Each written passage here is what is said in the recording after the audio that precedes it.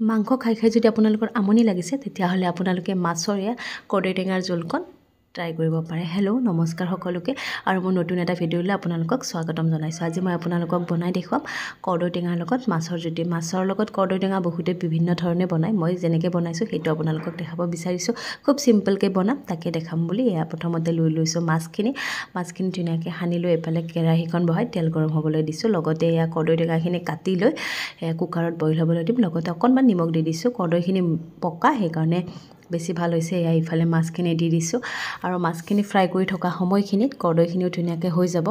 আৰু কৰ্দৈ টেঙা কিছুমানে বইল নকৰাকৈও বনায়, কিন্তু বইল কৰি বনালেও এটা বেলেগ টেষ্ট উঠে, খুব ধুনীয়া লাগে। তেনেকৈ এবাৰ বনাই খাই চাবচোন।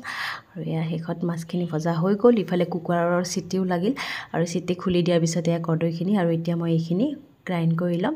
এয়া চব গ্ৰাইণ্ড কৰা হৈ গ'ল। কিছুমানে ডাইৰেক্টলি পিটিকি পেলাইও বনায়।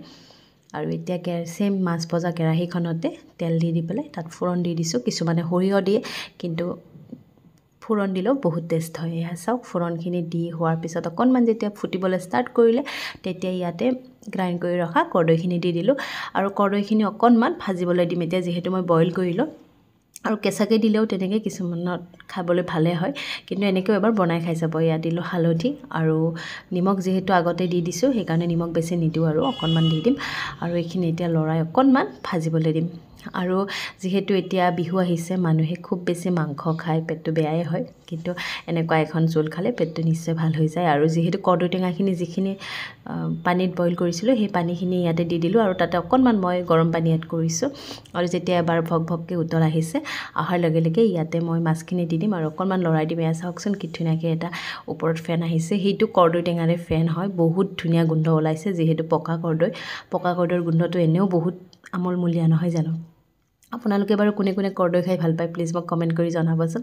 এয়া চাওক, উতলি থাকোঁতে এতিয়া দি দিম মাছখিনি আৰু মাছখিনি দি পেলাই আৰু অকণমান জুইটো কমাই পেলাই মাছৰ যিখিনি ফ্লেভাৰ থাকে সেইখিনি টেঙাত সোমাব লাগিব আৰু টেঙাৰ ফ্লেভাৰখিনি মাছত সোমাবলৈ এইকণ এৰি দিম। এয়া চাওক, আৰু ধুনীয়াকৈ উতলিছে আৰু অকণমান লৰাই দিছোঁ যাতে, আৰু মাছখিনি যিহেতু বহুত ডিপ ফ্ৰাই কৰিছোঁ সেইকাৰণে ভাঙি যোৱাৰো কোনো চান্স নাই। এয়া আৰু হৈয়ে গৈছে আৰু এয়া চাওক, গোটেইখিনি ধুনীয়াকৈ উতলি আছে। আৰু এনেকৈ উতলি থকা সময়তে আপোনালোকে যদি অকণমান চেক কৰি নিমখটো চাব পাৰে, আৰু কিছুমানে নোচোৱাকৈ হৈ যায়, যেনেকৈ ময়ো নোচোৱাকৈ থাকোঁ। আৰু এয়া চাওক ধুনীয়াকৈ হৈ গ'ল। আৰু আজিৰ যদি এই ভিডিঅ'টো চাই আপোনালোকে ভাল পালে তেতিয়াহ'লে লাইক কৰিবলৈ নাপাহৰিব।